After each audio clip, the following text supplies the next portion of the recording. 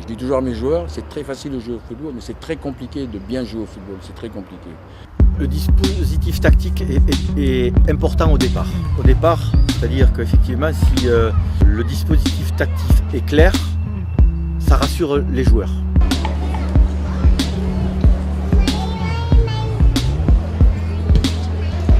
Je dirais au tableau noir, on est tous très forts.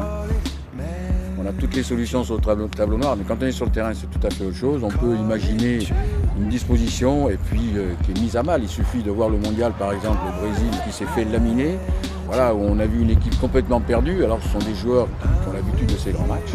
Donc voilà, un match ne ressemble jamais à un autre. Une organisation de jeu donc dépend des joueurs, où on peut dire que les joueurs vont évoluer par exemple en 4-3-3, voilà, où les joueurs ont naturellement un poste de défini.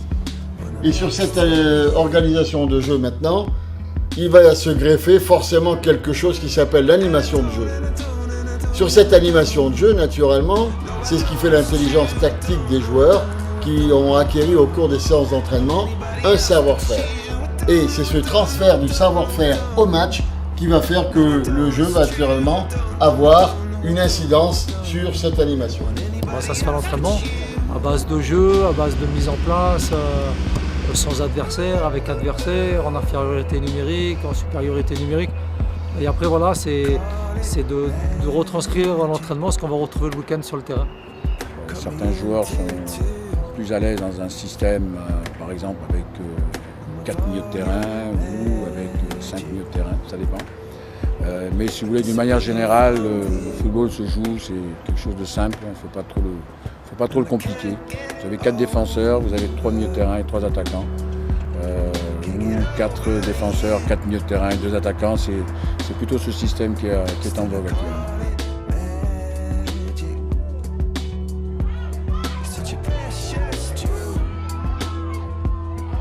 Et maintenant, ce qui va peut-être changer d'un match à l'autre, c'est tout simplement ce qu'on appelle le plan de jeu. Le plan de jeu, c'est quelque chose qui consiste à ce que l'entraîneur a, par rapport à l'équipe qu'il va rencontrer, donc au prochain adversaire, des données qui lui permettent non pas de changer son organisation de jeu, mais de la moduler. À savoir qu'il y a 3 types de défense. Soit on joue en défense basse, soit on joue en défense médiane, à mi-terrain, voilà. Soit on joue en défense haute, c'est-à-dire adossé à la médiane. Qu'est-ce qui va changer de ce 3 types de défense en conservant la même organisation de jeu? C'est l'adversaire. Si l'adversaire a des attaquants ultra rapides, je crois que si d'habitude on joue en défense haute, ce serait suicidaire que de jouer sur ce type de défense. Donc l'entraîneur va choisir naturellement un système de défense beaucoup plus bas, de telle façon à ne pas laisser d'espace dans le dos de sa défense.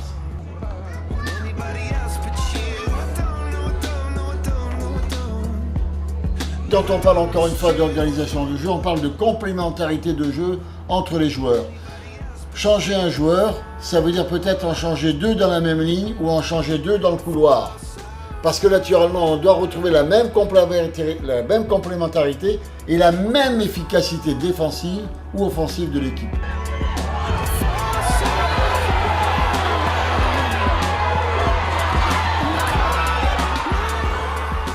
Ce qu'on demande aux joueurs beaucoup, c'est de communiquer.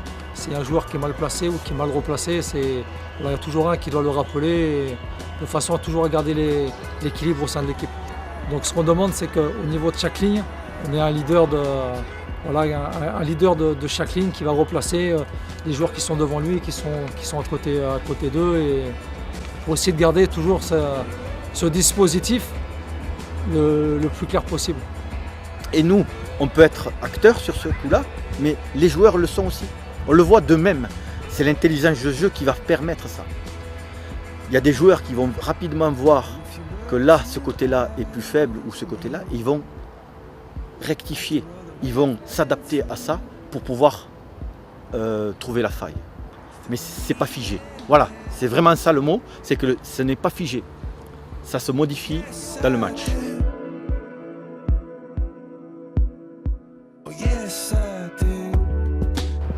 C'est un canevas de départ c'est comme une marionnette, c'est un pantin.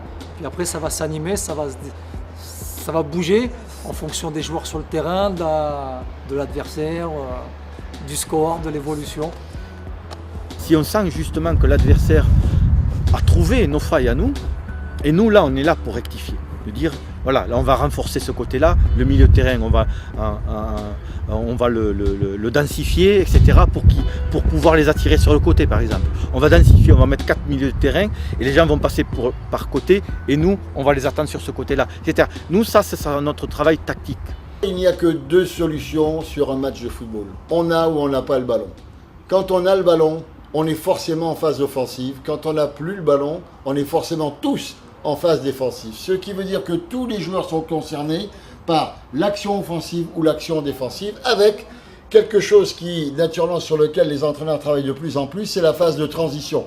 C'est-à-dire que quand on a récupéré le ballon, alors qu'on était regroupés pour l'avoir, on éclate. Et c'est à ce moment-là, dès la première ou deuxième passe, qu'on est friable, parce que l'interception, à un moment donné, est possible, et c'est là où on se fait contrer.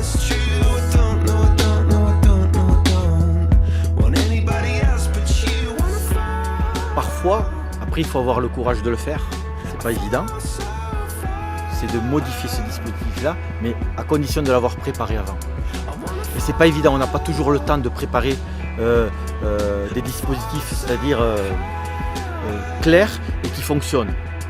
Parce qu'au départ, on a mis en place un système de jeu qui est important avec les qualités des joueurs, puis on le modifie, ça veut dire dès le départ, et ça ne fonctionne pas.